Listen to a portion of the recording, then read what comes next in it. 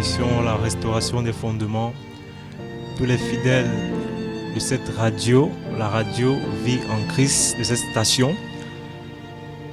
Heureux de savoir que vous êtes encore nombreux connectés pour cette émission, cette nouvelle émission de la restauration des fondements. Nous croyons par la grâce du Seigneur que des fondements seront encore restaurés ce soir. Nous croyons que le Seigneur, par sa grâce, va encore restaurer sa connaissance, va encore restaurer sa puissance, va encore restaurer son amour, va encore restaurer sa paix. Toutes ces choses qui ont peut-être été perdues dans la vie de certains, toutes ces choses que certains n'ont peut-être jamais connues, jamais expérimentées, dont nous sommes là ce soir par la grâce du Seigneur, afin que ces choses qui ont été perdues ou qui n'ont jamais été connues pour d'autres soient encore restaurées dans les cœurs, soient encore restaurées dans les vies. Père de gloire, nous te bénissons. Merci pour ta grâce, Seigneur.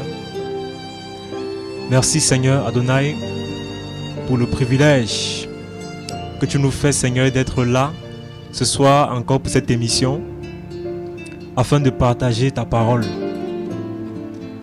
Père, nous ne sommes rien, nous n'en sommes pas dignes, Seigneur. Mais tu as choisi cela de par ta volonté et tu as permis que nous soyons encore là ce soir, afin que ta parole, Père, soit communiquée, Seigneur.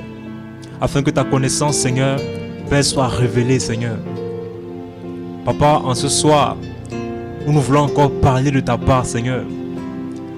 Nous voulons, Seigneur, mon Dieu, mon roi, que tout soit fait sous l'action et sous la direction de ton esprit, Seigneur. Ton esprit seul qui connaît tout ce qui est bon. Ton esprit seul, Seigneur, qui sonde de tes profondeurs, Seigneur. Ton esprit seul, Seigneur, mon Dieu, mon roi, Père, qui révèle, Seigneur, ta connaissance. Qui révèle, Seigneur, mon Dieu, mon roi, Père, les profondeurs de ton amour.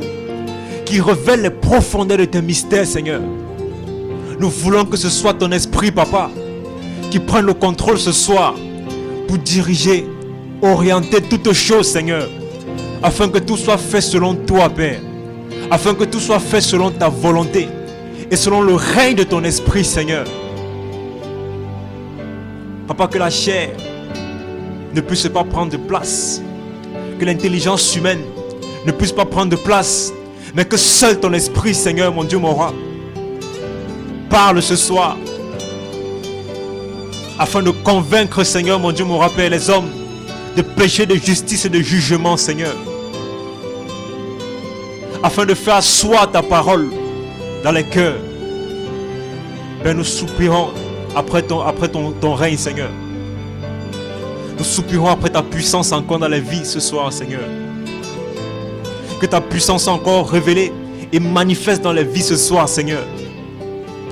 Père, que les vies de ceux, Seigneur, mon Dieu, mon roi, Père, qui vont encore écouter, Père, cette portion de ta parole, Seigneur, soit impactée puissamment dans le nom de Jésus, Seigneur. Père, que les vies soient puissamment impactées par ta grâce, Seigneur. Merci pour ta présence. Merci pour ton règne. Merci pour ton autorité. Merci, Seigneur, pour toutes choses.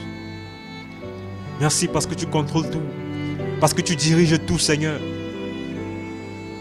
Merci, Seigneur, mon Dieu, mon roi. Dans le nom de Jésus. Amen. Voilà, nous voulons continuer encore cette émission sur ce que nous avons commencé déjà dans l'émission précédente en ce qui concerne le cœur de l'homme. Déjà, je suis votre frère Yvan et nous allons continuer dans ce partage avec le cœur de l'homme. Et ce soir, nous allons beaucoup plus parler de l'action du Saint-Esprit au niveau du cœur de l'homme. Précédemment, nous avons présenté ce que c'est que le cœur de l'homme devant Dieu. Comment est-ce que Dieu voit le cœur de l'homme?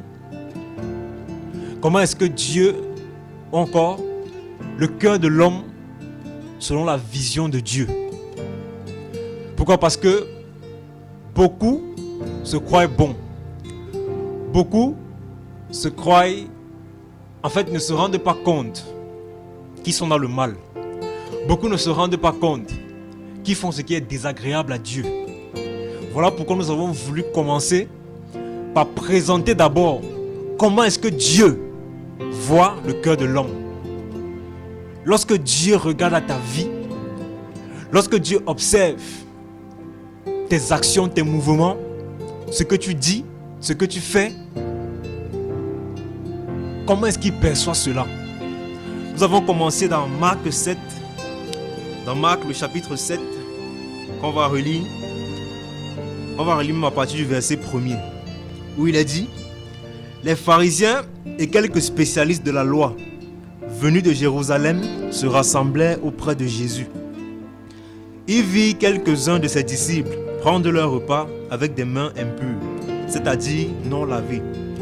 Or, les pharisiens et tous les juifs ne mangent pas sans s'être lavés soigneusement les mains, conformément à la tradition des anciens. Et quand ils reviennent de la place publique, ils ne mangent pas avant de s'être purifiés. Ils tiennent encore à beaucoup d'autres traditions comme le lavage des coupes, des cruches et des vases de bronze. Alors, les pharisiens et les spécialistes de la loi lui demandèrent: pourquoi tes disciples ne suivent-ils pas la tradition des anciens, mais prennent-ils au contraire leur repas avec des mains non lavées? Jésus leur répondit: hypocrite, Ésaïe a bien prophétisé sur vous, comme il est écrit: ce peuple m'honore des lèvres, mais son cœur est éloigné de moi. C'est faussement qu'il m'honore en donnant des enseignements qui sont des commandements humains. Vous abandonnez le commandement de Dieu et vous gardez la tradition des hommes, car vous lavez les pots et les coupes et vous faites beaucoup d'autres choses semblables. Il a dit encore: vous rejetez très bien le commandement de Dieu pour garder votre tradition. En effet, Moïse a dit: honore ton père et ta mère, et celui qui maudira son père ou sa mère sera puni de mort. Mais d'après vous, si un homme dit à son père ou à sa mère: ce dont j'aurais pu t'assister est corban, c'est-à-dire une offrande à Dieu, alors il ne peut plus rien faire pour son père ou pour sa mère. Vous annulez ainsi la parole de Dieu par la tradition que vous avez établie et vous faites beaucoup d'autres choses semblables. Ensuite, Jésus appela toute la foule et lui dit: écoutez-moi tous et comprenez. Il n'y a rien d'extérieur à l'homme qui puisse le rendre impur en pénétrant en lui. Mais c'est ce qui sort de l'homme qui le rend impur. Si quelqu'un a des oreilles pour entendre, qu'il entende. Lorsqu'il fut entré dans la maison, loin de la foule, ses disciples l'interrogèrent sur cette parabole. Il leur dit: vous aussi, vous êtes donc sans intelligence? Ne comprenez-vous pas que rien de ce qui, de l'extérieur, entre dans l'homme ne peut le rendre impur? En effet, cela n'entre pas dans son cœur, mais dans son ventre, puis est évacué dans les toilettes. Il déclarait ainsi que tous les aliments sont purs. Il dit encore: c'est ce qui sort de l'homme qui le rend impur. En effet, c'est de l'intérieur, c'est du cœur des hommes que sortent les mauvaises pensées, les adultères, l'immoralité sexuelle, les meurtres, les vols, la soif de posséder, les méchancetés, la fraude, la débauche, le regard envieux, la calomnie, l'orgueil, la folie. Toutes ces choses mauvaises sortent du dedans et rendent l'homme impur. Voilà le passage sur lequel nous nous étions appuyés précédemment pour essayer de parler en ce qui concerne le cœur de l'homme. Ce qu'il y a dans le cœur de l'homme et qui se manifeste au travers de la vie, de la vie de l'homme. Nous avons vu que cela a commencé depuis le jardin. Lorsque Adam et Ève avaient péché contre le commandement que Dieu avait donné. Nous avons vu que c'est à ce moment-là que l'homme a perdu la nature divine. Pourquoi? Parce que nous avons dit que l'homme avait été créé à l'image et à la ressemblance de Dieu. Mais que lorsque l'homme a péché, il a perdu cette nature-là. Et la nature maintenant de l'homme est devenue la nature rebelle à la volonté de Dieu. La nature du mal, la nature du péché. Et on avait lu dans Genèse 5 là-bas que Adam avait engendré Seth à son image et à sa ressemblance. Donc on comprend que les descendants d'Adam n'étaient plus à l'image de Dieu, ni à sa ressemblance, mais étaient plutôt maintenant à l'image d'Adam et à sa ressemblance. Ils ressemblaient maintenant à Adam. Ils étaient à l'image d'Adam. Or, Adam en ce temps-là n'avait plus la nature divine.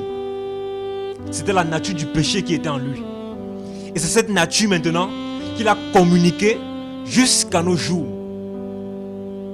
Voilà pourquoi nous avons dit que tous ceux qui naissent avec cette nature du péché. Cette nature qui est rebelle à Dieu. Et c'est pour cette raison-là que le Seigneur est venu. C'est pour cette raison que quand Jean-Baptiste a présenté le Seigneur à Israël, il a dit: voici l'agneau qui ôte le péché du monde. Il faisait référence à cette nature pécheresse de l'homme. Donc le Seigneur Jésus est l'agneau qui vient ôter la nature pécheresse de l'homme. Nous avons longuement parlé en profondeur par rapport à la manifestation de cette nature, de ce que nous avons dit, que quand nous parlons du cœur ici, nous ne parlons pas du cœur physique, du cœur qui a biologiquement pour rôle de pomper le sang, d'assurer la nutrition des organes. Ce n'est pas de ce cœur-là que nous parlons. Nous parlons ici de l'homme intérieur, du véritable toi. Quand nous parlons du cœur, c'est de ça qu'il s'agit ici. Voilà ce que nous avons dit la dernière fois.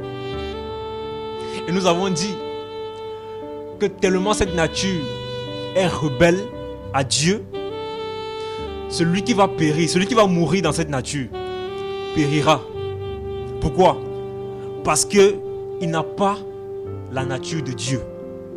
Or, le Seigneur Jésus est venu afin de redonner la nature de Dieu qui avait été perdue depuis le jardin d'Éden. C'est cette nature que le Seigneur est venu pour redonner.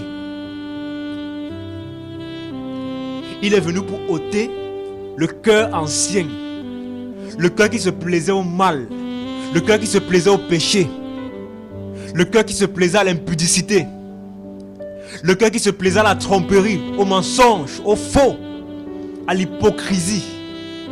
Il est venu pour ôter ce cœur et pour donner à l'homme un nouveau cœur. Tout cela au travers de l'œuvre qu'il a accomplie à la croix.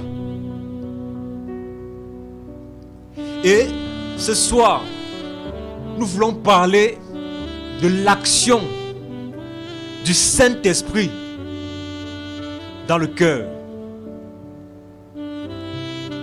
Qu'est-ce que le Saint-Esprit vient faire dans le cœur de l'homme?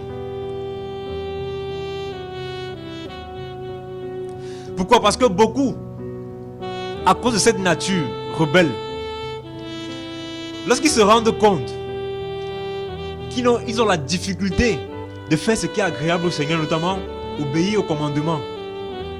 Pourquoi? Parce que Paul nous révèle là-bas dans Romains 3, dans Romains chapitre 8, que la chair ne peut même pas se soumettre à Dieu. La chair ne peut pas se soumettre à la loi de Dieu. Maintenant, donc pour beaucoup, lorsqu'ils se rendent compte de cela, au lieu de s'approcher du Seigneur, pour que le Seigneur transforme leur cœur, pour que le Seigneur change leur état, ce qu'ils font, c'est quoi? Ce qu'ils essaient de masquer ces mauvaises œuvres par la religion. Par la religion. C'est pourquoi nous avons expliqué une fois ici que lorsque Adam avait péché, il s'est caché de la face du Seigneur. Il a voulu cacher sa nudité avec les feuilles de figuier. Nous avions expliqué ici que les feuilles de figuier, c'est l'image des œuvres que l'homme veut montrer pour cacher sa nudité, pour cacher sa mauvaise nature. Mais malheureusement, peu importe les œuvres que j'aurai à accomplir, qui viennent de moi précisément, parce que nous croyons qu'il y a les bonnes œuvres qui viennent du Seigneur. Nous allons aussi parler de cela.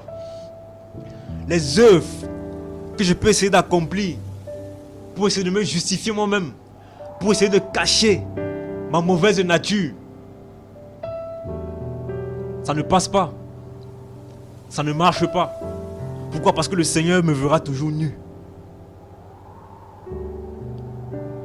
Le Seigneur me verra toujours nu jusqu'à ce que lui-même me revêtisse. Jusqu'à ce que lui-même me mette son vêtement. Voilà pourquoi lorsque Adam et Ève avaient péché, le Seigneur leur a dépouillé de ses vêtements de figuier. Il a écrit qu'il les a revêtus de la peau d'un animal. Lorsque le Seigneur lui-même te revêt, tu n'es plus nu. Et nous comprenons que la peau de l'animal ici là, c'est la nature du Seigneur Jésus-Christ qu'il est venu communiquer. Qu'il est venu communiquer aux hommes impies, aux hommes qui se plaisent au mal, qui se plaisent à la débauche, à l'immoralité sexuelle. Nous croyons que le Seigneur a la capacité de changer l'homme, a la capacité de transformer totalement et parfaitement le cœur de l'homme. Pourquoi? Parce qu'il a promis cela. C'est une promesse qu'il a faite à travers le prophète Ézéchiel. Nous sommes dans Ézéchiel chapitre 36. Ézéchiel 36, à partir du verset 22. Il est dit: c'est pourquoi annonce à la communauté d'Israël, voici ce que dit le Seigneur l'Éternel. Ce n'est pas à cause de vous que j'interviens, communauté d'Israël, mais c'est pour mon saint nom, puisque vous l'avez déshonoré dans les nations et vous vous êtes rendus. Je démontrerai la sainteté de mon grand nom, qui a été déshonoré parmi les nations. Puisque vous l'avez déshonoré au milieu d'elles, et les nations reconnaîtront que je suis l'Éternel, déclare le Seigneur, l'Éternel. Quand à travers vous, je manifesterai ma sainteté sous leurs yeux. Je vous arracherai aux nations, je vous rassemblerai de tous les pays, et je vous ramènerai sur votre territoire. Je vous aspergerai d'eau pure, et vous serez purifiés. Je vous purifierai de toutes vos impuretés et de toutes vos idoles. Je vous donnerai un cœur nouveau, et je mettrai en vous un esprit nouveau. Je retirerai de votre corps le cœur de pierre, et je vous donnerai un cœur de chair. C'est mon esprit que je mettrai en vous. Ainsi, je vous ferai suivre mes prescriptions, garder et respecter mes règles. Vous habiterez le pays que j'ai donné à vos ancêtres.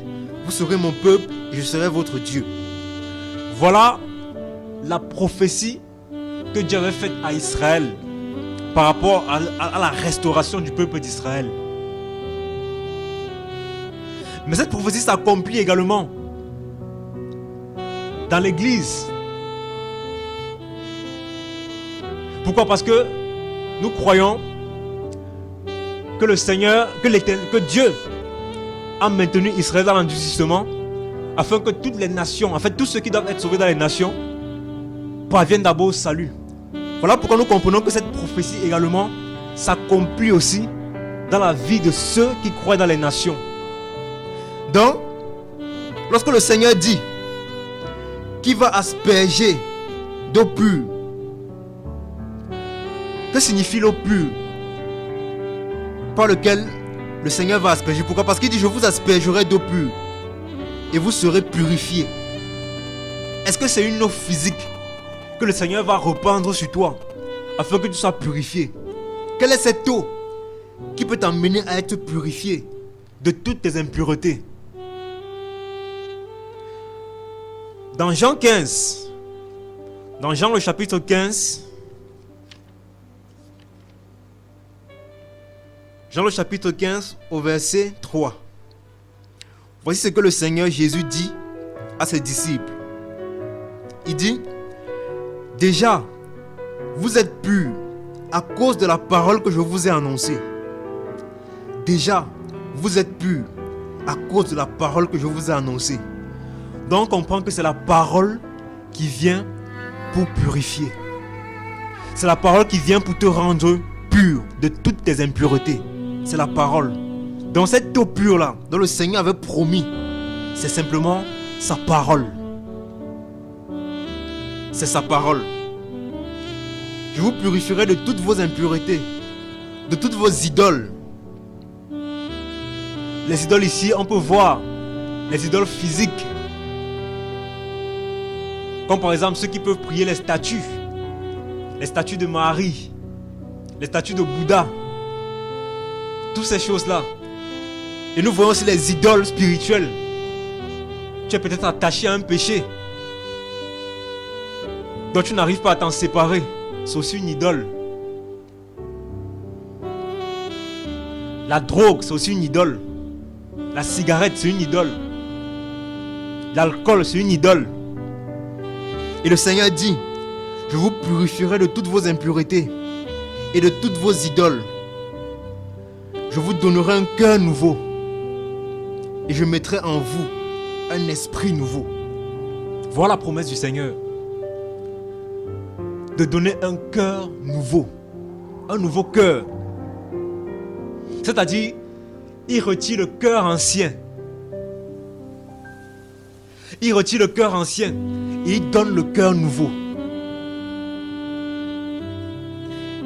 Il continue en disant, je retirerai de votre corps le cœur de pierre et je vous donnerai un cœur de chair. C'est mon esprit que je mettrai en vous. Donc nous comprenons que ce cœur-là, c'est son esprit qui va mettre en nous.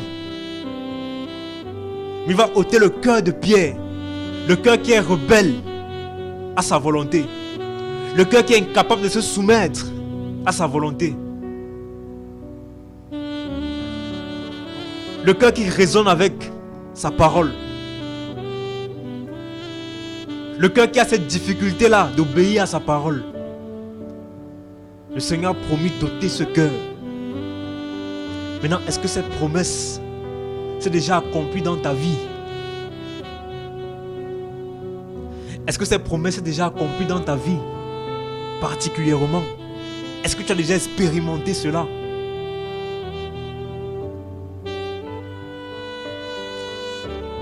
Avant, je tiens à préciser que c'est une émission interactive.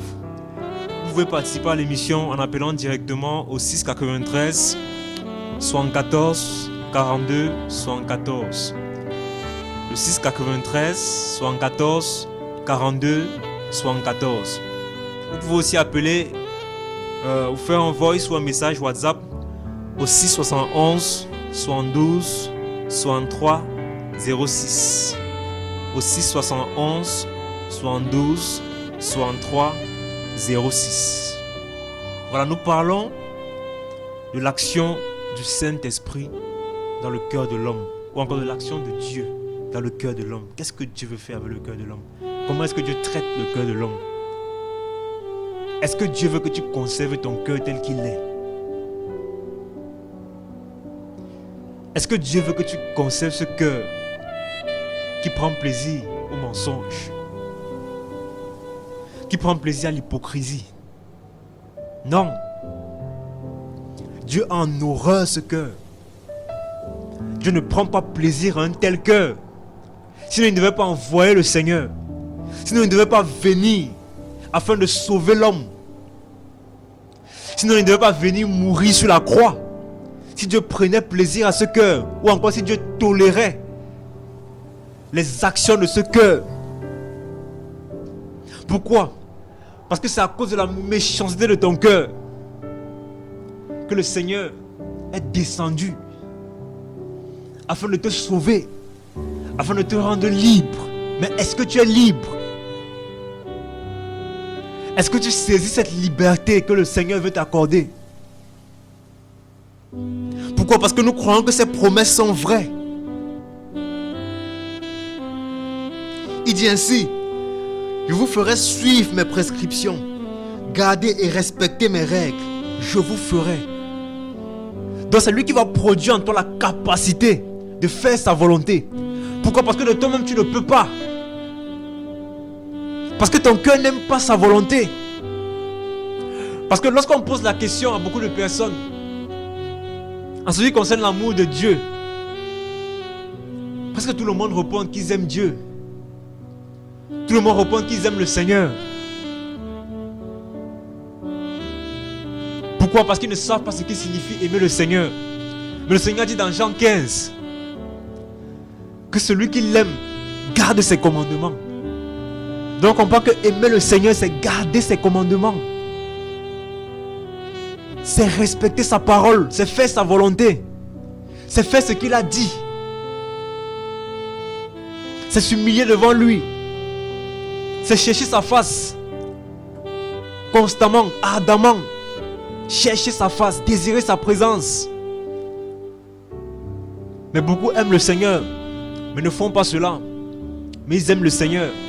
Voilà pourquoi il disait aux pharisiens là-bas que ce peuple m'honore des lèvres, mais son cœur est éloigné de moi.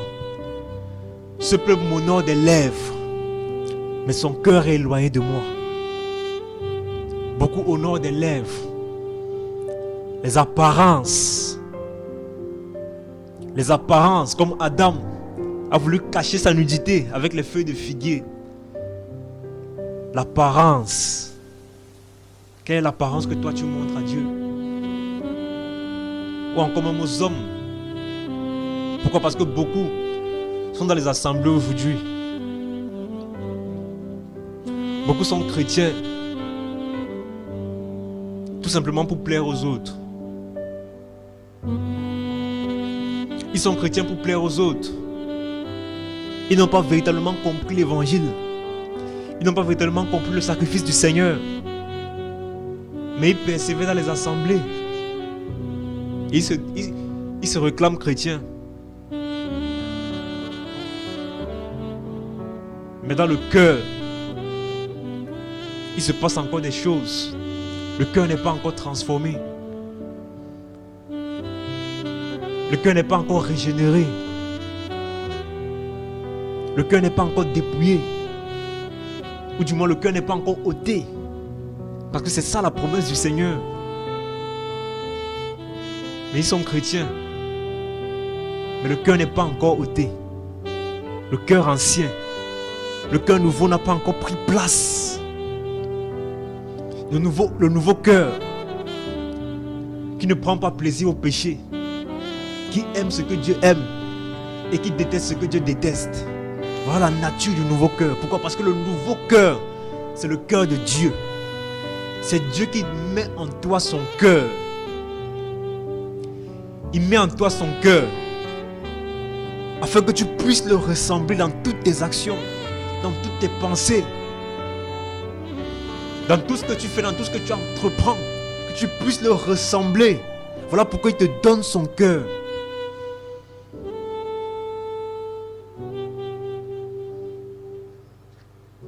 Mais toi, quel est le cœur? Quelle est la nature qui se manifeste encore en toi?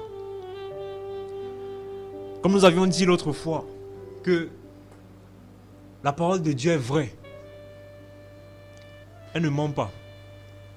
Et le Seigneur nous a enseigné tout ce qui est nécessaire par rapport à notre marche, par rapport à notre vie ici sur cette terre. Le Seigneur a dit qu'un bon arbre ne peut pas produire de mauvais fruits. Ni un mauvais arbre ne peut porter de bons fruits.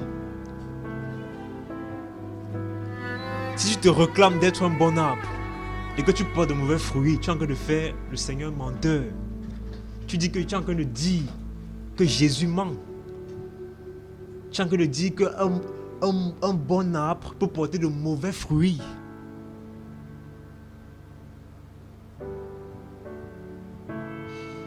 Ou encore qu'un mauvais arbre peut porter de bons fruits. Voilà ce que tu es en train de dire. Voilà pourquoi nous t'exhortons encore à examiner ta vie. Regarde-toi toi-même au travers de la parole et examine ta vie. Regarde toi-même, quel arbre es-tu? Quel arbre es-tu? Est-ce que tu es un arbre qui produit des bons fruits? Est-ce que tu es un arbre qui produit des fruits qui sont agréables à Dieu?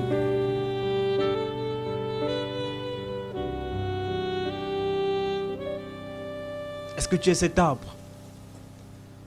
Ou encore tu es un arbre qui produit des fruits qui ne sont pas agréables à Dieu, que Dieu n'aime pas, auquel Dieu ne prend pas plaisir, mais tu te rassures quand même dans ton cœur que tu es un bon arbre. Ça c'est mauvais. Pourquoi? Parce que nous devons accepter la vérité. Nous devons accepter ce que nous sommes afin que le Seigneur nous change. Le Seigneur a en horreur l'hypocrisie. Le Seigneur a en horreur le cœur qui est faux. Les lèvres qui disent ce qui n'est pas vrai dans le cœur. Le Seigneur a en horreur cela. Si je dis ce qui n'est pas vrai dans mon cœur, je suis faux. Et le Seigneur ne prend pas plaisir à cela. Le Seigneur aime la sincérité.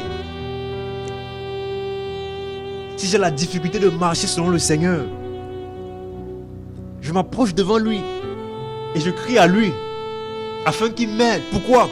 Parce qu'il m'a fait une promesse. Parce qu'il m'a fait la promesse de changer mon cœur. Il m'a fait la promesse de me donner un nouveau cœur. Il m'a fait la promesse de me faire suivre ses prescriptions, de me faire marcher selon ses voies, de me faire obéir à sa volonté, de par son esprit, par la grâce de son esprit. Si j'ai la difficulté de faire cela, il faut que je crie simplement à lui.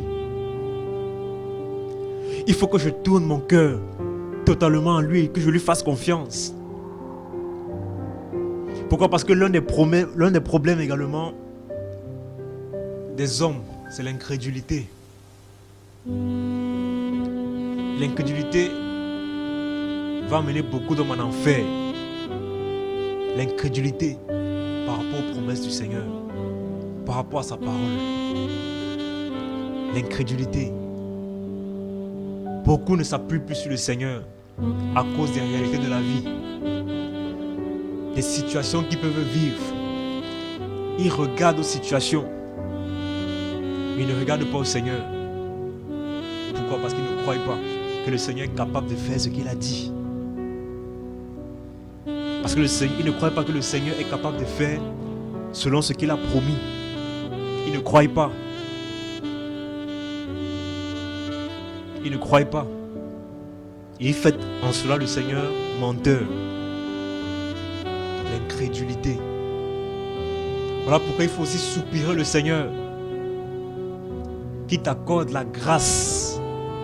Cette grâce même de mettre ta foi en lui. Pourquoi? Parce que c'est une grâce.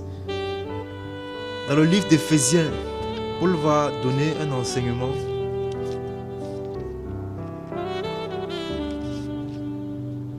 Dans Éphésiens chapitre 2.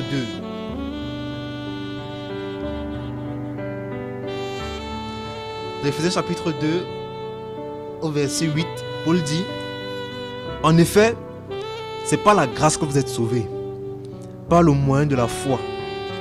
Et cela ne vient pas de vous, c'est le don de Dieu. Ce n'est pas par les œuvres, afin que personne ne puisse se vanter. Je reprends. En effet, c'est par la grâce que vous êtes sauvés, par le moyen de la foi. Et cela ne vient pas de vous, c'est le don de Dieu. Ce n'est pas par les œuvres, afin que personne ne puisse se vanter. Cela ne vient pas de vous, c'est le don de Dieu. C'est la grâce. Voilà pourquoi tu dois soupirer. Voilà pourquoi tu dois crier à Dieu. Quand le malheureux crie, l'Éternel entend. Je ne vois pas pourquoi le Seigneur va fermer ses oreilles lorsque tu vas crier à lui par rapport à sa volonté. Oui, le Seigneur peut fermer les oreilles lorsque tu cries à lui à l'encontre de sa volonté. Lorsque tu veux demander ce qui n'est pas agréable à ses yeux. Lorsque tu veux demander ce qui est impur. Pourquoi? Parce que le Seigneur avait enseigné que quel est ce Père qui va donner un scorpion à son enfant s'il lui demande du pain, ou encore un serpent, il va lui donner du pain si son enfant lui demande du pain. Mais supposons que l'enfant demande le serpent. Est-ce que le Seigneur va lui donner? Non. Non. Le Seigneur ne lui donnera pas cela. Pourquoi? Parce que le Seigneur sait ce qui est bon pour toi. Il sait ce qui est bon pour moi. Et il va te donner ce qui est bon pour toi. Voilà pourquoi il faut aussi que tu demandes selon sa volonté. Il faut aussi que tu pries selon sa volonté. Et ce qui peut te pousser à prier selon la volonté de Dieu, c'est le Saint-Esprit. C'est le Saint-Esprit. Pourquoi? Parce que lorsque l'Esprit de Dieu agit dans ta vie, il te pousse à demander ce qui est agréable à Dieu. Il te pousse à prier selon la volonté de Dieu. Il ne peut pas te pousser à prier ce qui sera désagréable à Dieu. Non. Pourquoi? Parce que l'Esprit de Dieu sait ce qui est bon pour toi. Il a dit que l'Esprit sonde tout, même les profondeurs de Dieu. L'Esprit sonde. L'Esprit connaît ce qui est bon. Mais si tu n'as pas cet esprit-là, comment tu vas faire une prière qui est agréable à Dieu? Comment tu peux demander une bonne chose selon Dieu? Comment tu pourras demander une bonne chose si tu n'as pas cet esprit-là? Si tu as encore le cœur qui réclame des choses mauvaises, le cœur qui réclame uniquement l'argent. Pourquoi? Parce que pour beaucoup, le Seigneur est comme Dieu est comme une banque avec qui, lorsqu'on a besoin d'argent, on s'approche, on demande de l'argent. Voilà, et après ça va. Et ainsi de suite, lorsqu'on rencontre encore notre souci, on vient encore, on demande encore et c'est tout. D'autres voient le Seigneur comme ça, comme une banque.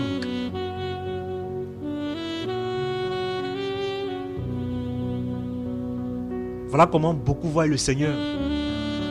Alors que ce n'est pas ça Dieu. Le Seigneur a dit que cherchez premièrement le royaume des cieux et sa justice. Et le reste vous sera donné par-dessus. Cherchez premièrement le royaume des cieux et sa justice. Et le reste vous sera donné par-dessus. Est-ce que le Seigneur ment?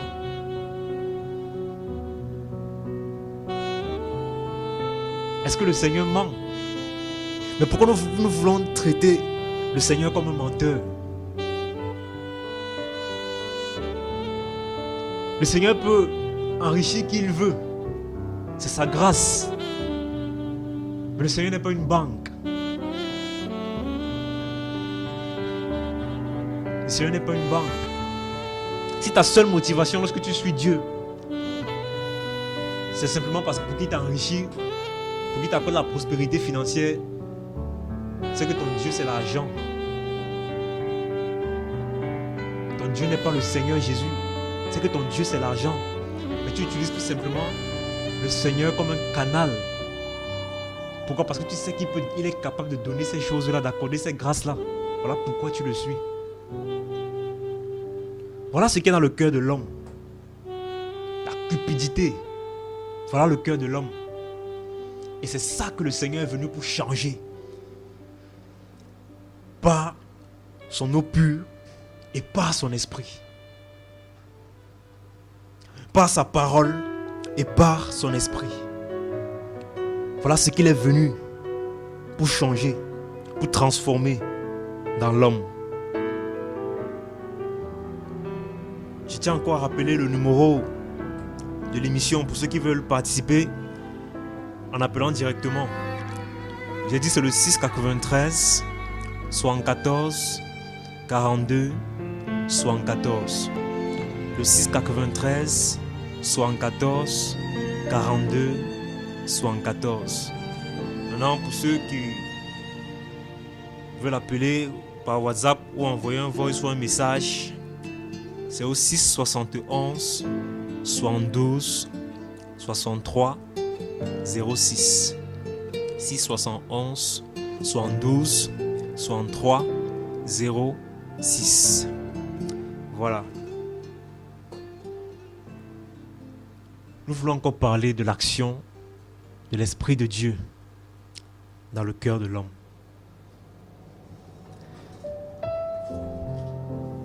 Comment est-ce que le Saint-Esprit agit dans le cœur de l'homme?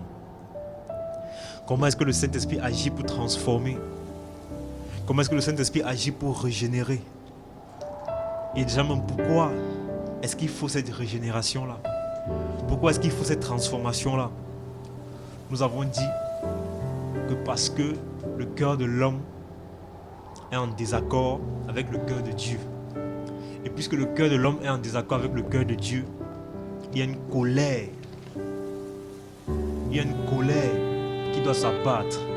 Pourquoi? Parce que la nature rebelle de l'homme met Dieu en colère. Dieu ne prend pas plaisir à cette nature rebelle. Il ne prend pas plaisir à cela. Pourquoi? Parce que Dieu veut se glorifier dans l'homme. Et Dieu n'est pas glorifié quand tu pêches, quand tu marches dans le péché, quand tu marches dans la débauche, dans l'immoralité sexuelle. Dieu n'est pas glorifié dans ça. Mais la vision de Dieu avec toi, c'est quoi? Il veut se glorifier dans ta vie. Il veut se glorifier. Il veut que ton nom soit élevé. Voilà pourquoi on a lu là-bas, dans Ézéchiel 36, lorsque le Seigneur disait à Israël par le prophète Ézéchiel que c'est à cause de mon nom. On peut même encore le relire. Dans Ézéchiel 36 là-bas.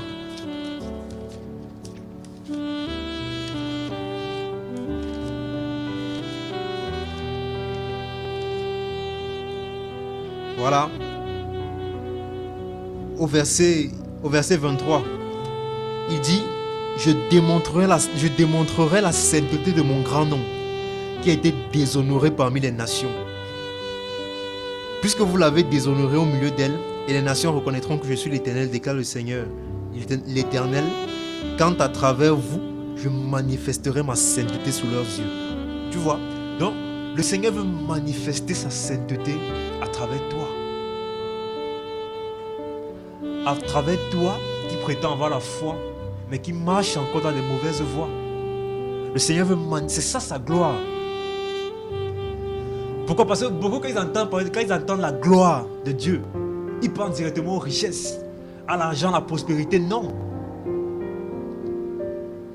La gloire de Dieu, c'est la manifestation de sa sainteté dans ta vie. Dans ta vie. Mais il faut que tu croies. Il faut que tu acceptes la régénération. Il faut que tu acceptes que ton cœur mauvais, ton cœur rebelle soit ôté. Il faut que tu acceptes cela. Pourquoi? Parce que le Seigneur veut œuvrer avec ta participation. Dans quel sens? Dans le sens où tu te laisses transformer simplement. Est-ce que tu peux te laisser faire? Est-ce que tu peux te laisser transformer? Est-ce que tu peux laisser qu'il ôte ce cœur ancien et mette le cœur nouveau qu'il a promis? Il a dit que c'est son esprit qui va mettre dans l'homme. C'est son esprit qui va mettre dans l'homme. Pourquoi? Parce qu'il veut se glorifier. Il veut que sa sainteté soit révélée. Est-ce que la sainteté de Dieu est révélée à travers ta vie? Est-ce que sa sainteté est révélée à travers ta vie?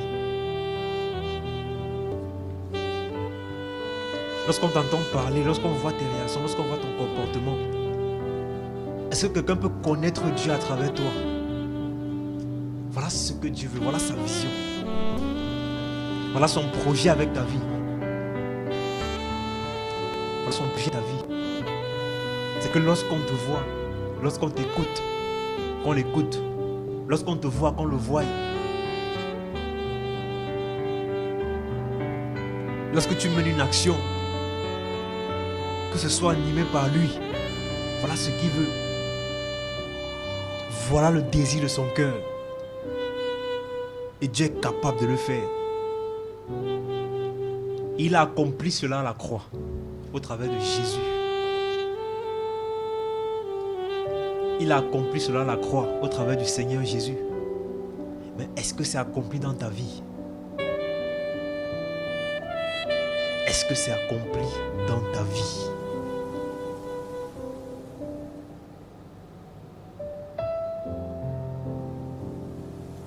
Si ce n'est pas encore accompli dans ta vie,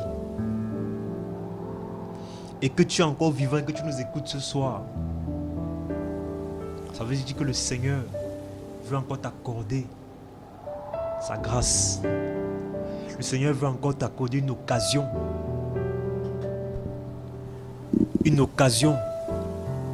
de te repentir afin de vivre sa gloire. Afin de vivre sa gloire et afin de manifester sa gloire. Voilà ce que le Seigneur veut faire dans ta vie. Mais est-ce que tu es prêt à participer en acceptant cela, en acceptant la vérité, en acceptant la nature mauvaise de ton cœur et en acceptant que le Seigneur change ce cœur, en acceptant que le Seigneur transforme ce cœur?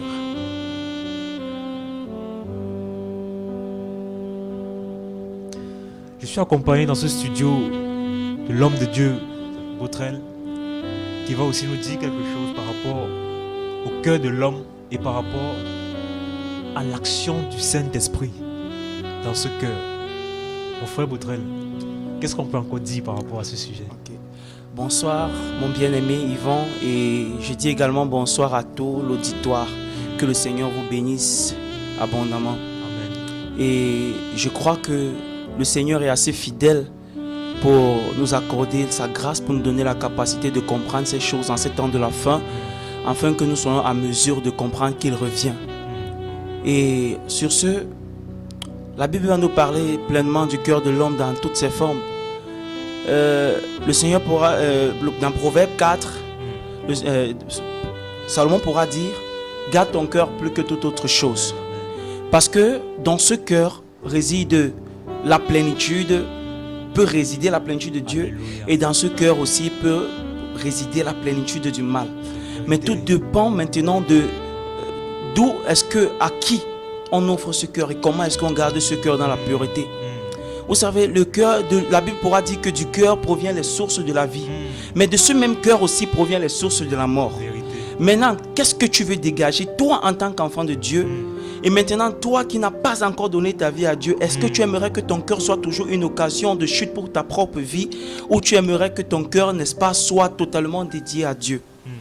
Mais j'aimerais dire à quelqu'un ce soir, bien-aimé, pour toi qui n'as pas encore donné ta vie au Seigneur Jésus, pour toi qui n'as pas encore offert ton cœur à Christ, tout émane de la volonté, de ta volonté, bien évidemment.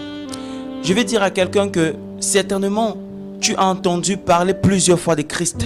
Certainement, plusieurs fois, on t'a parlé de Jésus. Mais ton cœur est resté endurci. Parce que tu te disais c'était des choses des autres. Tu n'as pas cru à ces choses-là. Parce que tu disais, ah, on est encore venu me berner, on est encore venu raconter. Mais je crois qu'en ce temps de la fin, avec tout ce qui se passe, on voit la parole de Dieu qui s'accomplit. Bien aimé, ce n'est plus le temps de rester dans ce qu'on appelle les choses des autres. Mais c'est le temps pour toi que tu offres totalement ton cœur. Certainement c'est difficile, tu te dis je n'y arriverai pas. Tu te dis de moi-même, mais comment est-ce que je peux faire pour faire ces choses-là? C'est pour les pasteurs, c'est pour ceux qui se disent hommes de Dieu, c'est pour ceux... Mais non, ce n'est pas une question. Celui qui est pasteur aujourd'hui, hier aussi, il était comme toi. Celui aujourd'hui qu'on appelle enfant de Dieu, hier aussi, il était enfant du monde. Mais qu'est-ce qui s'est passé? Réellement, il y a une chose qui s'est passée, bien-aimé. Si tu as la volonté, Dieu t'accorde la capacité.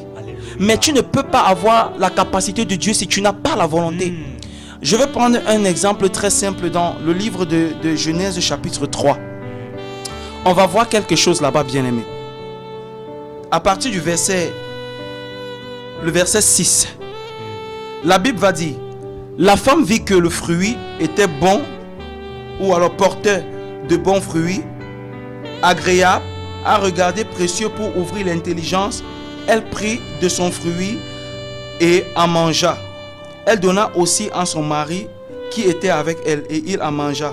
Leurs yeux s'ouvrirent et ils tâchèrent ils attachèrent les feuilles de figuier ensemble et s'en firent des ceintures. Bien aimé, je veux m'arrêter à ce verset. Je veux amener quelqu'un dans une autre pensée profonde de cette épître, de ce verset dans Genèse 3. Bien aimé, il y a quelque chose qui va se passer. Ce n'est pas le serpent qui a pris le fruit et a donné à la femme. Il y avait un certain désir qui s'était déjà créé dans le cœur de la femme d'aller découvrir.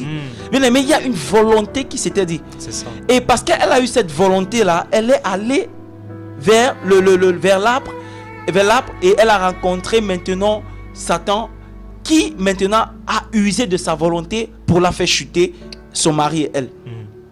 On voit qu'il y a un pouvoir qui réside d'abord dans la volonté, dans ce que nous pensons dans nos propres cœurs. Ça veut dire que son cœur au préalable avait déjà été, n'est-ce pas, déjà, son cœur avait déjà été dédié, elle avait déjà mis son cœur dans l'interdit au préalable. Je ne sais pas si on se comprend. Il y avait déjà son cœur qui avait déjà été mis dans l'interdit. Et maintenant, parce que son cœur était déjà convaincu, parce que son cœur était déjà séduit, alors il y a une manifestation maintenant à cause de ce que son cœur ressentait. Bien aimé, si premièrement ton cœur est encore totalement attaché aux choses du monde, tu ne peux pas totalement l'offrir à Dieu.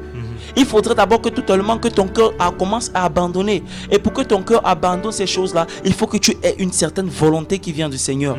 Le Seigneur, tu as ta volonté et le Seigneur te donne maintenant la capacité d'être au-dessus de ces épreuves-là. Tu veux certainement abandonner le péché. Tu veux certainement arrêter avec cette mauvaise vie. Tu veux certainement arrêter avec cette masturbation. Tu veux certainement arrêter avec le concubinage depuis que tu as entendu parler, mais tu n'y arrives pas. Bien aimé, c'est le moment pour toi tu dois prendre une certaine décision. Bien aimé, le péché est comme un fardeau. C'est comme un poids. Et le Seigneur pourra dire à ses disciples et au peuple dans Matthieu 11, le verset 28, que venez à moi, vous tous qui êtes fatigués et chargés, je vous donnerai du repos. Parce que mon jour est doux et léger. Bien aimé, c'est un fardeau. Le péché est certainement un fardeau dans ta vie qui t'empêche de voir Dieu à une autre dimension. Tu vas commencer à pleurer pour ta propre vie, te lamenter. Ma vie n'avance pas, ma vie est totalement calée, ceci se passe. Mais pose-toi la question, est-ce qu'il n'y a-t-il pas des choses qui, n'est-ce pas, t'empêchent de décoller? Certainement, ce sont ces fardeaux-là. Ça peut être le péché, ça peut être le fait que tu n'es pas encore rencontré Jésus. Je ne vais pas te dire que parce que tu auras rencontré Jésus, ta vie sera rose. Mais bien aimé, tu auras la capacité d'être au-dessus des situations que tu ne pouvais pas avant. Donner sa vie à Jésus-Christ ne va pas faire de toi en sorte que n'est-ce pas, que totalement ta vie devienne rose, ou alors que tous tes problèmes soient totalement allégés complètement. Mais je vais te dire que tu auras la capacité. Bien aimé, beaucoup parce qu'ils n'ont pas Jésus pensent au suicide par rapport à leur situation de nos jours. Beaucoup parce qu'ils n'ont pas Jésus, ils pensent, n'est-ce pas, à consulter peut-être des marabouts, des charlatans. Beaucoup parce qu'ils n'ont pas Jésus, n'ont pas de solution par rapport à leur vie. Mais parce que tu as Jésus, si tu donnes ta vie à Jésus-Christ, tu vas comprendre que tu peux avoir la capacité d'être au-dessus des situations. Tu peux avoir la victoire sur le péché. Tu peux totalement te relever. Bien aimé, l'œuvre de la croix, c'est pour nous. L'œuvre de la croix, c'est pour ceux et celles-là qui comprennent réellement qu'il y a eu un amour au-dessus de tous les amours, celui de Jésus-Christ de Nazareth. Amen. C'est pourquoi je veux t'amener à comprendre que, bien aimé, tout part de ton cœur. Si tu ne peux pas, si tu es dans l'incapacité encore d'abandonner les choses de la terre, si tu es dans l'incapacité de totalement te dévouer à Christ, c'est tout simplement à cause de l'état de ton cœur. Veille sur ton cœur, regarde à ton cœur. Parce que ton cœur ne peut pas suivre deux choses à la fois. La Bible dit qu'on ne peut pas suivre deux maîtres à la fois. Soit tu aimeras l'un et tu mépriseras l'autre. Regarde encore les motivations de ton cœur par rapport au service de Christ. Est-ce que mon cœur totalement veut servir Jésus, ou mon cœur aime encore totalement l'argent? Est-ce que mon cœur aime encore totalement les choses de la terre? Est-ce que mon cœur, cette parole nous concerne nous tous, bien aimés. Commençons à regarder les motivations, les sources de nos cœurs par rapport à ces choses-là, afin de comprendre si réellement on peut servir le Seigneur. Bien aimé, tout est possible à celui qui croit, dit la parole. Tout est possible à celui qui croit. Je veux encourager quelqu'un à ce soir que si tu veux donner ta vie à Jésus-Christ, c'est par ton cœur. Dispose ton cœur. Dispose pleinement ton cœur. Dispose ton cœur, bien-aimé. Pour toi qui es déjà dans la foi et qui traverse des choses, des situations vraiment compliquées. Pour toi qui es dans la foi et tu traverses des moments difficiles, des temps vraiment durs. Tu te dis, le Seigneur, vais-je arriver, mon frère, mon bien-aimé, je vais te dire que tu peux arriver. Parce qu'en ces temps de la fin, regardez, nous sommes tellement... Il y a une certaine distraction qui nous conduit et qui nous empêche totalement de voir la profondeur de Dieu. Et je vais vous dire une chose, mes bien-aimés. C'est à ce temps de la fin que l'amour de Dieu est encore très manifeste pour l'église. Pourquoi? Parce que Satan cherche à séduire l'église. Satan cherche à séduire les hommes. Regardons autour de nous. Nous sommes plus attachés aux réseaux sociaux. Nous sommes plus attachés aux choses qui vont nous distraire totalement. Nous sommes tous attachés aux choses qui vont, n'est-ce pas? Satan a la main mise sur les réseaux de telle manière que les enfants de Dieu soient, n'est-ce pas, dans la distraction totale, dans une vie morose, où la vie de prière a totalement diminué, où la vie de sanctification est diluée, où l'amour pour le Seigneur a totalement, vraiment, il n'y a plus l'engouement, il n'y a plus il y a un certain découragement au niveau de l'église, bien aimé. Essaie de regarder par rapport aux motivations de ton cœur. Bien aimé, tout est encore possible. Il ne faudrait pas que tu sois victime, n'est-ce pas, des manifestations de la fin des temps en cette saison. Et pour cela, bien aimé, il faut que tu te mettes ta vie en gage. Parce que plus le Seigneur a la capacité de restaurer, le Seigneur nous tend la main. Mais bien aimé, n'oublions pas que la main de Satan est aussi là. C'est ça. Elle est là pour entraîner le plus grand nombre à la dérive, pour entraîner le plus grand nombre à la chute. Mais Jésus-Christ te tend la main. Il suffit juste que tu lui ouvres ton cœur. Ouvre-lui ton cœur, et tu verras vraiment la profondeur de son amour. Tu verras, n'est-ce pas, la capacité, sa force, sa puissance, sa maintes capacité par rapport aux épreuves que tu traverses. Bien-aimé, l'heure est grave. L'heure est terrible. Que ce soit pour nous qui sommes enfants de lumière, que ce soit pour ceux-là qui tâtonnent encore à accepter Jésus dans leur vie. L'heure est grave. L'heure est grave. Tant que nous ne demeurons pas, nous ne sommes pas encore épargnés. Donc j'aimerais encourager un bien-aimé ce soir. J'aimerais exhorter un frère ce soir. J'aimerais amener quelqu'un ce soir à faire, n'est-ce pas, une certaine analyse par rapport à sa propre vie. Bien-aimé, regarde-toi. Ton miroir, c'est la parole de Dieu. Regarde-toi par rapport à cette parole et tu te poses des questions par rapport à ta propre vie. Est-ce que tout va bien? Est-ce que si la trompette sonnait maintenant, est-ce que je serai enlevé? Est-ce que je réponds aux critères que le Seigneur attend pour que je sois auprès de lui, bien-aimé? Peut-être on se dit qu'il reste encore 15 ans, 100 ans, 1000 ans, je ne sais pas. Mais bien-aimé, je peux vous dire, avec tout ce que nous voyons en ces temps de la fin, le Seigneur est très proche. Le Seigneur est là. Et nous devons nous préparer. Ne nous préparons pas en ces temps de la fin à des voyages éphémères. Ne nous préparons pas pour aller maintenant je dois me préparer parce que il faudrait que demain j'ai beaucoup d'argent, il faut que j'ai des millions. Je vais me préparer parce que demain il faut que je voyage. Je dois me préparer parce que demain il faudrait que je sois un homme ayant une renommée, une réputation, bien aimé. Il n'y a plus le temps pour ça. Nous devons nous préparer maintenant pour ce voyage éternel, à rencontrer l'époux, à rencontrer Christ. C'est ça. Et comment est-ce que tu prépares ta rencontre? Comment est-ce que ton cœur là, il est disposé à le rencontrer véritablement? Vraiment, essayons de faire chacun une certaine analyse par rapport à notre propre vie. Chacun par rapport à notre propre vie. Le Seigneur revient, bien-aimé. Le Seigneur revient, bien-aimé. Le Seigneur revient. Et il ne faudrait pas que demain il soit trop tard. Pendant que tu écoutes cette parole, pendant que tu écoutes ce message, c'est le temps qu'il te reste pour donner ta vie à Dieu. Il n'y aura pas un autre temps, bien-aimé. Il y aura un temps où il n'y aura plus ces gens. Il y aura un temps où tu ne pourras plus écouter cette parole-là. Bien-aimé, si l'église est enlevée et que toi tu restes, tu n'auras plus le temps d'écouter ces personnes. Il n'y aura plus de prédicateurs, il n'y aura plus de prophètes, il n'y aura plus de pasteurs, il n'y aura plus d'apôtres, il n'y aura plus, bien-aimé. C'est le temps pour toi, c'est le temps pour toi maintenant de te lever et de décider par rapport à ta propre vie. Tu es libre de décider afin de ne plus être, n'est-ce pas, sous l'emprise du péché, afin de ne plus être dans la captivité des griffes de Satan. Tu es libre de décider cela en ce temps. Et le Seigneur te tend la main, il est prompt à te libérer. Manifeste juste ta volonté. Ouvre ton cœur et le Seigneur va te capaciter. Le Seigneur va te capaciter. Alléluia. Amen. Si tu te disposes, le Seigneur va te capaciter. Et je tiens encore à rappeler que c'est une émission interactive. Vous pouvez participer en appelant directement au 693 74 42 74 693 74 42 74. Vous pouvez faire un voice, appeler par WhatsApp ou faire un message au 671 72 63 06. Au 671 72 63 06. Voilà. Donc nous parlons du cœur de l'homme. Nous sommes vraiment bénis de par cette intervention du frère qui nous amène encore à comprendre à quel point c'est urgent de faire cette rencontre avec le Seigneur. À quel point c'est urgent d'avoir ce cœur transformé, d'avoir ce cœur régénéré. À quel point c'est urgent. Pourquoi? Parce qu'il a soulevé encore un point très important, qui est le retour de notre Seigneur, qui est l'enlèvement de son Église, qui est l'enlèvement de son peuple, de ses rachetés. Mais si toi tu as encore ce cœur de pierre, ce cœur qui s'oppose à Dieu, tu ne seras pas enlevé. Tu ne seras pas enlevé. Pourquoi? Parce que nous voulons être vrais, nous voulons être sincères. Nous n'allons pas te dire que non, tu peux quand même être enlevé. Non.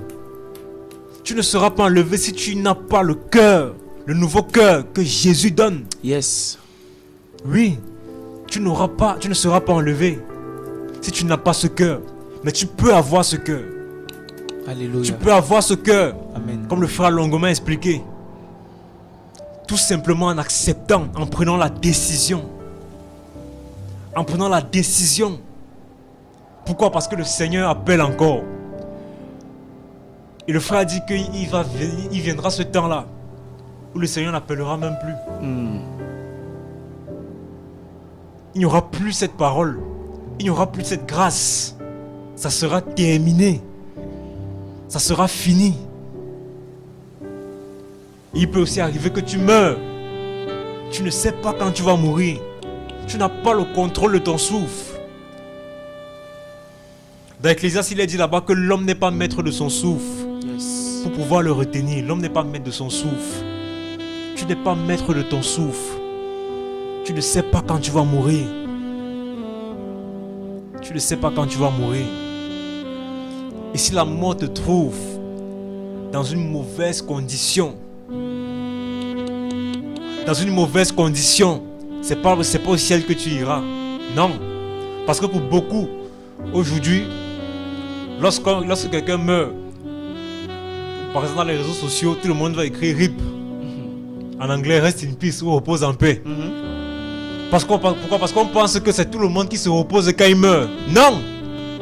Tout le monde ne se repose pas quand il meurt. D'autres parlent du purgatoire. C'est ça, d'autres parlent du purgatoire. Donc tu vas aller passer dans un endroit où tu seras purifié et après tu vas aller au ciel.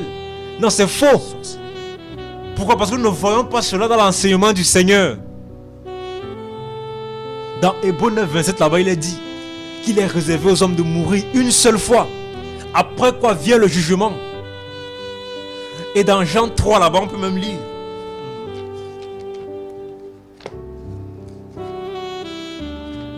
Dans Jean 3, à partir du verset 17 jusqu'au verset 18, le Seigneur Jésus dit: Dieu en effet n'a pas envoyé son Fils dans le monde pour juger le monde, mais pour que le monde soit sauvé par lui. Celui qui croit en lui n'est pas jugé, mais celui qui ne croit pas est déjà jugé, parce qu'il n'a pas cru au nom du Fils unique de Dieu. Il est réservé aux hommes de mourir une seule fois. Après quoi vient le jugement. Et le Seigneur te fait comprendre que si tu ne crois pas en lui, tu es déjà jugé. Tu es déjà jugé, donc ton jugement est déjà accompli. Parce que tu n'as pas cru. Pourquoi? Parce que tu as rejeté. Tu as cru que ceux qui parlaient étaient des fous. Étaient des personnes qui ont raté leur vie. Étaient des personnes qui sont insensées. Étaient des personnes qui ont perdu la raison. Tu es déjà jugé. Tu es déjà jugé parce que tu n'as pas cru. Yes. Mais celui qui croit n'est pas jugé. Nous avions déjà parlé du jugement du Seigneur ici. Nous avons vu à quel point c'est grave, à quel point c'est terrible, à quel point c'est ardent. Mais est-ce que tu vas encore résister? après avoir entendu tout cela, après avoir compris tout cela, est-ce que tu vas encore résister? Est-ce que tu vas encore endurcir ton cœur? Ce cœur de pierre, est-ce que tu vas encore fermer ce cœur de pierre pour être incrédule, pour ne pas croire en l'œuvre glorieuse du Seigneur Jésus-Christ? Et maintenant pour ceux-là qui ont déjà ce cœur, je veux revenir sur cette parole-là que le frère a pris dans son introduction, dans Proverbe 4 là-bas. Dans Proverbe 4, verset 23.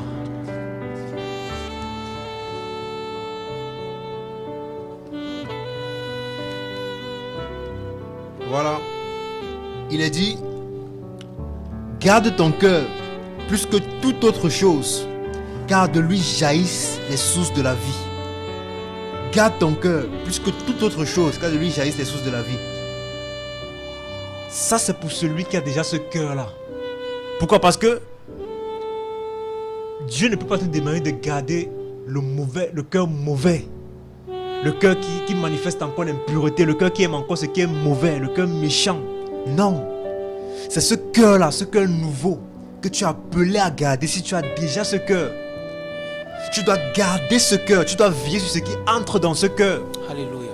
Pourquoi? Parce que lorsque tu t'es converti, Dieu a opéré en fait cette régénération-là. Il t'a donné ce cœur nouveau. Ce cœur qui prend plaisir à ce qui est juste. Ce cœur qui prend plaisir à ce qui est pur. Et c'est ce cœur qui te demande de garder plus que toute autre chose. Plus que toute autre chose. Mais beaucoup gardent l'argent plus que toute autre chose. Oui. Oui. Beaucoup protègent leur péché plus que toute autre chose. Il y a des personnes qui sont capables en fait, parfois lorsqu'on fait des sorties d'évangélisation, une personne va discuter avec toi longuement. Tout simplement parce qu'il veut protéger son péché. C'est bien. Parce qu'il veut protéger cela. Il va raisonner. Parce qu'il protège son péché plus que toute autre chose. Il veut conserver son péché, il veut conserver sa nature rebelle.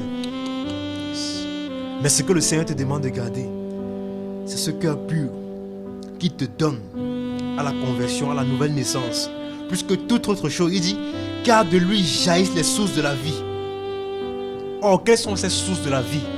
Nous allons comprendre dans Jean 7.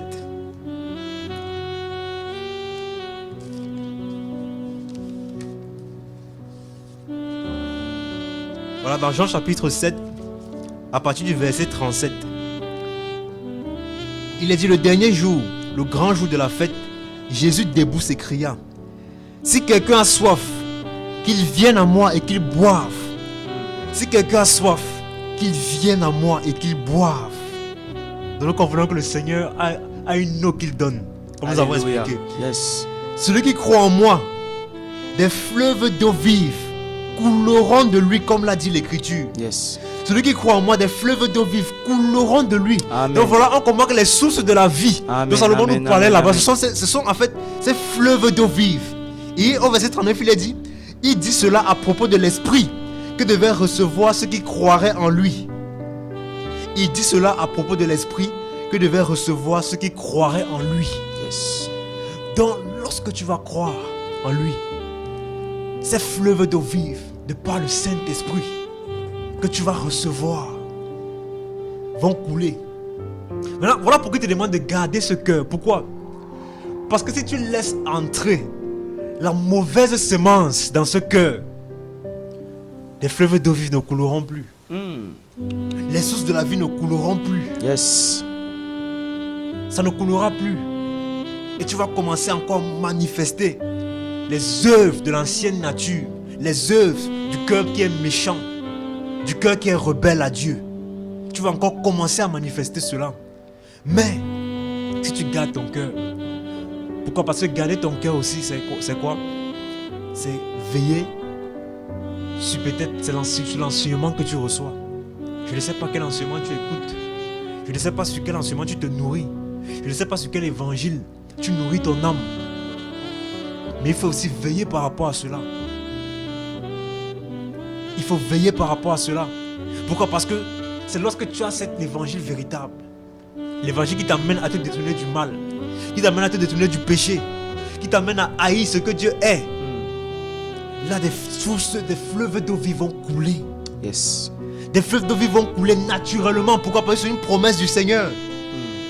Si quelqu'un a soif, est-ce que tu as soif d'abord? Est-ce que tu as soif? Yes. Est-ce que tu as soif du Seigneur? Est-ce que tu as soif de cette eau? Nous avons expliqué au début que l'eau, c'est la parole. Est-ce que tu as soif d'entendre les paroles du Seigneur? Les paroles du salut, les paroles de la délivrance, les paroles de la vie éternelle. Est-ce que tu as soif d'entendre cela? Si tu as soif, Jésus te demande de venir à lui et de boire. Et de boire. Et il te promet que si tu crois en lui, des fleuves d'eau vive vont couler de ton sein. Des fleuves d'eau vive vont couler. Alléluia. L'eau vive. Tu vas manifester les fruits de l'esprit, les œuvres de l'esprit. Tu vas manifester cela. Pourquoi? Parce que tu as accepté de boire l'eau du Seigneur. Tu as accepté de boire l'eau qu'il donne. Voilà pourquoi il avait dit à la femme samaritaine que si tu savais, celui qui te demande à boire, toi-même, tu lui aurais demandé à boire. Pourquoi? Parce que c'est lui qui donne la véritable eau. L'eau que lorsque tu bois, tu n'as plus jamais soif. L'eau qui comble complètement ton âme. Beaucoup veulent boire l'eau des richesses de ce monde. Beaucoup veulent boire l'eau des convoitises de ce monde. Or, ce n'est pas l'eau dont ils ont besoin. Ce n'est pas l'eau dont leur âme a besoin. Ils ont besoin de l'eau de la parole. Cette eau-là qui va combler ton âme. Véritablement. Cette eau qui va t'apporter la paix, l'assurance, la protection du Seigneur. Alléluia. La joie du Seigneur, l'épanouissement. Beaucoup ne sont pas épanouis parce qu'ils ne boivent pas. Ils ont soif, mais ils boivent les mauvaises eaux. Ouf. Ils ne boivent pas l'eau que le Seigneur donne. L'eau de Chico. Ils boivent l'eau de Chicor. Alléluia. Ils ne boivent pas l'eau véritable, l'eau pure. L'eau pure dont le Seigneur a promis d'Ézéchiel 36 là-bas, qu'il allait asperger son peuple. Je vous aspergerai d'eau pure. D'eau pure. Voilà l'eau dont tu as besoin. Cette parole, cet évangile du Seigneur, c'est de ça que tu as besoin. C'est de ça que tu as besoin. Afin de conserver ton cœur pur. Le cœur nouveau. Si tu l'as déjà, si tu as déjà ce cœur, afin de le conserver. Amen. Et de vivre avec ce cœur. Amen. Amen. Bien-aimé, Jésus est vraiment fidèle. Amen. J'aimerais dire à quelqu'un, si ton cœur n'est pas totalement accroché à Jésus-Christ, il y a de fortes chances ou bien de fortes probabilités pour toi de rater vraiment le ciel. Je vais aller sous un autre angle. Certainement, beaucoup connaissent l'histoire de la famille de Lot. Bien-aimé, regardons sous cet angle. Le Seigneur va demander à Lot et à sa famille de partir. Parce que la ville devait être totalement détruite. Mais quelque chose va se passer, bien-aimé. Regardons ensemble. Pendant que la famille de Lot est en train de s'en aller, la femme de Lot et les restrictions que cette famille avait reçues, c'est que partez sans regarder le derrière. Bien-aimé, c'est quoi l'image de ce derrière? L'image de ce derrière, c'est l'image des personnes qui ont encore le cœur, une partie Dieu et l'autre totalement encore accrochée aux choses de la terre. Et elle n'a pas respecté, l'épouse de Lot n'a pas respecté ces restrictions, bien-aimé. Elle s'est tournée, qu'est-ce qu'elle va faire? Elle va rester. En d'autres termes, sous un autre angle ou alors dans une autre transfiguration, c'est l'image des personnes qui ratent le ciel tout simplement parce que leur cœur était à moitié à Dieu. Parce qu'ils étaient encore totalement accrochés à la terre. Bien aimé, le peuple d'Israël va faire plus de temps dans le désert. Pourquoi? Parce que leur cœur était encore resté en Égypte. Je viens pour faire comprendre quelque chose à quelqu'un. Le Seigneur va prendre du temps pour préparer la délivrance de son peuple. Et ils vont arriver dans le désert. Pour le peu de temps, ils vont faire 40 ans dans le désert. C'est pas ce que Dieu avait prévu, bien-aimé. Nous sommes ensemble. Mais pourquoi? Parce que leur cœur, ils vont commencer à faire des plaintes jusqu'à se rappeler même quand on était en Égypte. Pourquoi? Parce que le cœur de l'homme tellement mauvais et tortueux, comme le dit la parole, le cœur de l'homme qui est toujours dans les plaintes, le cœur de l'homme qui n'est jamais satisfait. Ils vont commencer à se rappeler quand nous étions en Égypte. Pourtant, en Égypte, ils étaient dans l'esclavage. Le Seigneur les fait passer par le désert parce que devant, il les préparait quelque chose de merveilleux. Il y avait la terre promise qui les attendait. Mais qu'est-ce qui va se passer? Le peuple va s'impatienter. Ils vont commencer à contredire Dieu. Ils vont commencer à combattre le plan de Dieu. Voilà pourquoi tous ne vont pas entrer dans la terre promise. Beaucoup meurent au désert. Tout simplement pourquoi? Parce que le cœur était totalement bien aimé. Regardons un peu. À cause de l'état de notre cœur, on peut totalement passer à côté de la vision de Dieu pour nous. On peut totalement passer à côté du plan de Dieu pour nous. Pourquoi? Parce que nos cœurs sont encore accrochés aux choses éphémères. Bien aimé, je vais te dire quelque chose. Si ton cœur ne donne pas totalement la place au Seigneur Jésus-Christ, il donnera bien sûr la place au monde. C'est ça. Et le monde va s'asseoir dans ton cœur et tu vas passer à côté de la vision de Dieu. Et lorsque le monde s'assoit dans ton cœur, il y a ce qu'on appelle la perte de soif de Dieu et tu te retrouves à être totalement en liaison avec les choses du monde. Tu commences à aimer totalement les choses du monde, bien aimé, et le Seigneur ne trouve plus son intérêt dans ta vie. Voilà pourquoi je te parle et je me parle à moi. Bien-aimés, ensemble, veillons vraiment sur nos cœurs. Bien-aimés, le cœur est la lampe du corps, comme le dit la parole. Amen. Si tu ne veilles pas, c'est le cœur, en fait, le cœur là, c'est ça qui te permet de faire les analyses sur toute ta vie. En réalité, regardez un peu. Même dans la médecine, on voit quelque chose. Si c'est qu'on te retire le poumon et que ton cœur bat, tu vis. Même si on te coupe la tête, tant que ton cœur bat encore, tu vis. Mais regardez bien aimé, si c'est que ton cœur s'arrête, tu cesses totalement d'exister.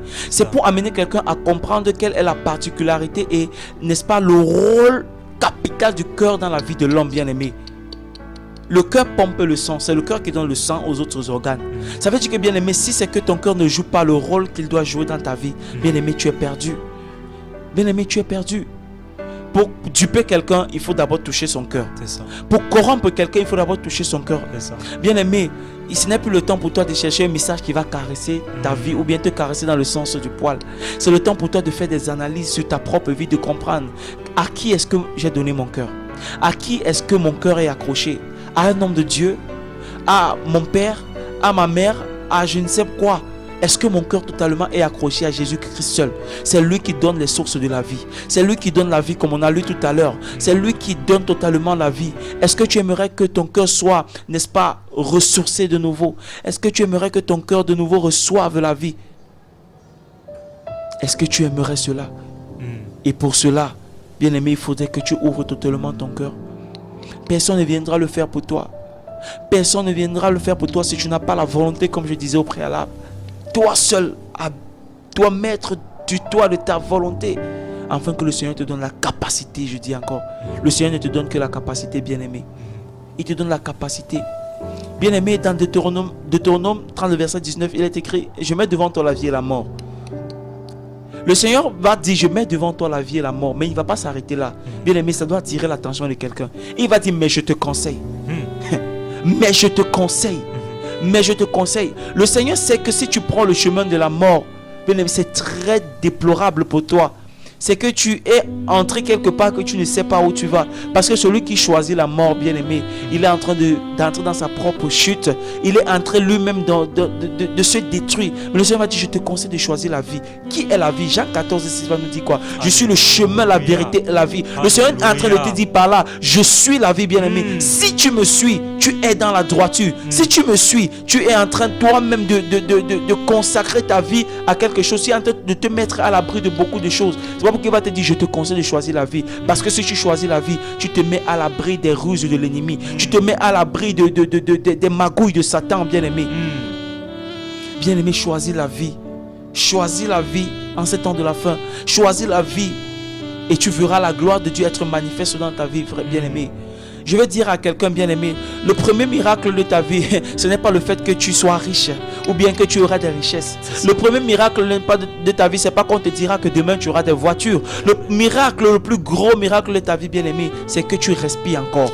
C'est que tu vis encore. Bien-aimé, regarde autour de toi, beaucoup de personnes meurent. Beaucoup de personnes n'existent plus. Hier, X est mort, aujourd'hui Y, demain ça sera Z. Mais tu crois que tu es encore en vie parce que tu es meilleur que eux? Ou bien parce que le Seigneur, je sais pas, ou tu aimes, je sais pas, tu as quelque chose de particulier que ces personnes-là. Non, c'est la grâce de Dieu, bien-aimé. Demain, cette grâce ne pourra plus être là. Aujourd'hui, bénéficie de cette grâce. Certains disent non, je vais encore jouir de ma vie. Bien-aimé, c'est vrai. Tu peux encore profiter. Tu peux encore dire je vais en profiter. C'est beau, c'est bien. Mais bien-aimé, je vais te choquer. Pendant que tu es en train de profiter, la mort peut te trouver là. Et si la mort te trouve là, qu'en sera-t-il? Où te trouveras-tu? C'est pour faire comprendre à quelqu'un qu'on n'a plus le temps. On n'a vraiment plus le temps, bien-aimé. On n'a plus le temps. Pour le moment, le Seigneur, il court même après nous, je dirais ça comme ça. Bien-aimé, mais si tu en as l'occasion d'écouter ce message, cours. Cours après ce message, cours après la parole, cours après Jésus-Christ, cours de tout ton cœur, cours de toutes tes forces, bien-aimé, c'est le temps de courir, cours. Certainement, les situations de la vie t'ont dépassé, tu n'en peux plus, bien-aimé. Jésus-Christ te dit, je te tends la main, mon fils, je te tends la main, ma fille, je porte tes fardeaux, je porte tes soucis. Bien-aimé, le Seigneur Jésus-Christ est allé à la croix avec tes fardeaux. Mais lorsqu'on refuse de le suivre, c'est encore dit au Seigneur Jésus, remets-moi mes fardeaux. On accepte de reporter encore nos soucis. Et après demain on se plaint que le Seigneur n'est pas là. Certains disent que Dieu n'existe pas parce qu'il souffre trop. Certains disent que Jésus-Christ, tout ce qu'on raconte là, tout ce qu'on prêche là, c'est vraiment des bêtises.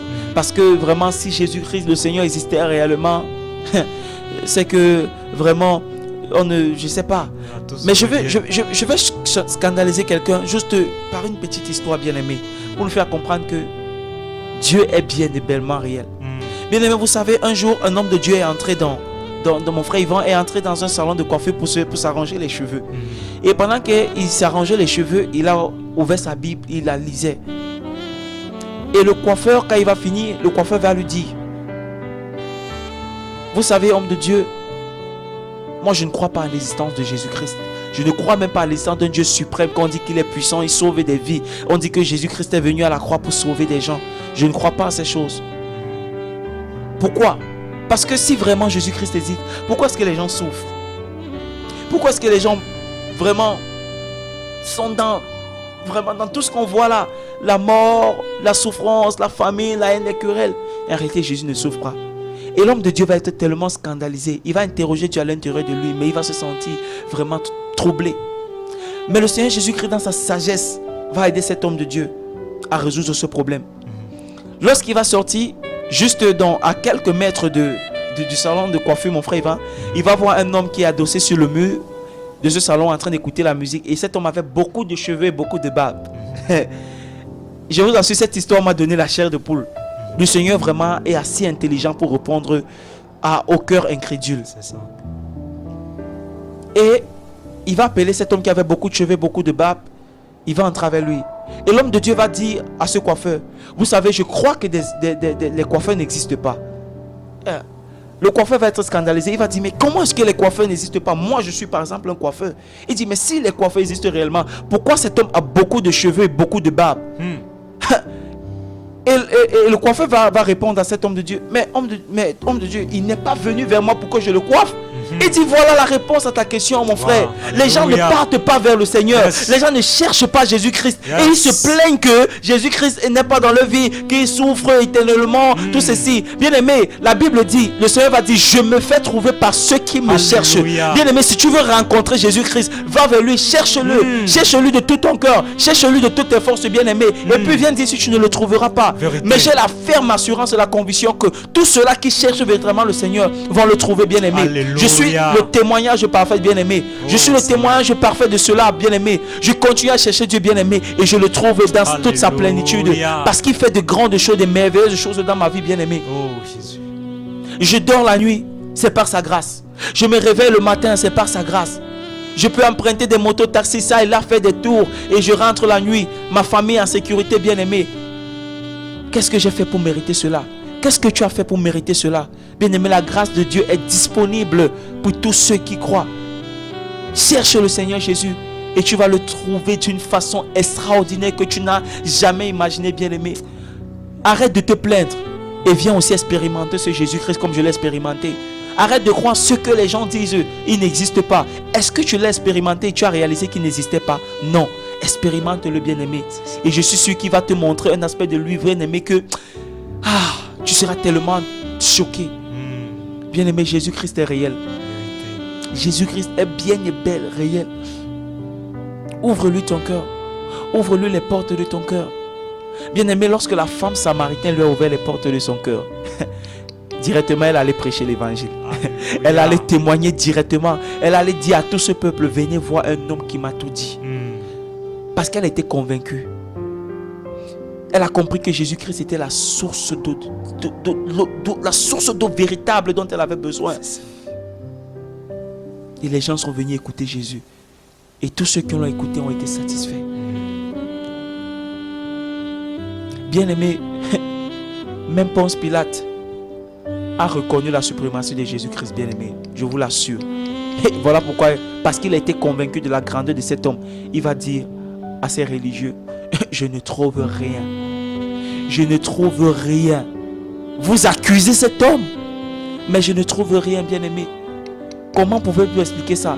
Un homme qui vit dans son trône, dans toute une gloire immense, terrible, dans la gloire où les 24 vieillards se prosternent devant lui en longueur de journée, où les anges se baladent pour l'adorer, où il vit dans une sainte gloire, la lumière, où je ne sais pas, bien aimé, comment décrire cette grandeur, cette puissance extra.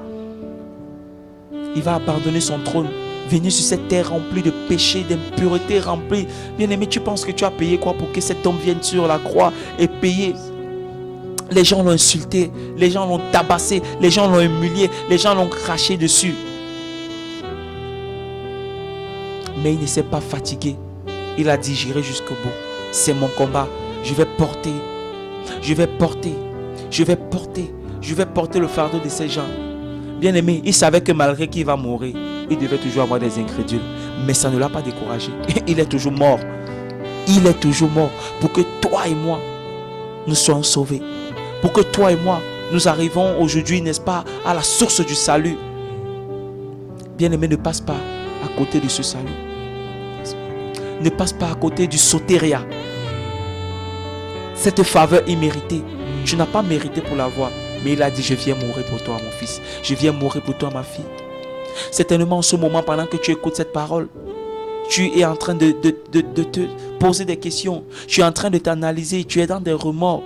Tu es en train de te culpabiliser. Tu es en train, je ne sais pas ce qui se passe dans ta vie. Mais je vais te dire quelque chose. Ce n'est pas le temps de te culpabiliser.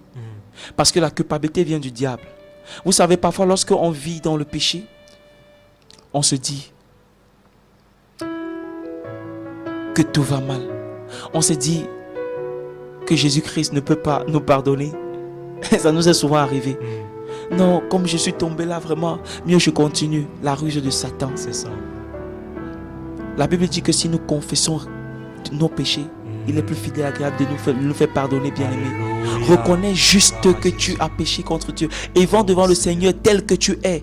Bien-aimé, le Seigneur est mort à la croix parce que tu étais tel que tu es. Oh, Seigneur. Et si aujourd'hui tu te retrouves au début dans un temps de lassisme, dans un temps de légèreté, de lourdeur, bien-aimé, ne demeure pas là. Mais va devant le Seigneur tel que tu es. Il attend que toi. Va devant lui, il va te restaurer, il va te purifier, il va te sanctifier. Comme à la prostituée, à la femme adultère, il te dira, ma fille, va et ne pêche plus. Tel est l'amour du Seigneur. C'est ça. Tel est l'amour de Jésus-Christ.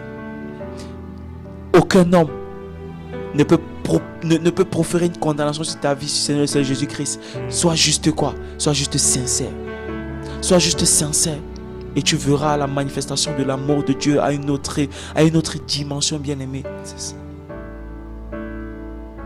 Va vers lui tel que tu es en ce soir. Mets ta culpabilité de côté. Mets ton orgueil de côté. Et va rencontrer Jésus-Christ. Alléluia. Va rencontrer Jésus-Christ. Oh. Bien-aimé, je vais encore te dire quelque chose, bien-aimé. Saul était un meurtrier. Oh, Seigneur Jésus. Saul de Tarse combattait la foi.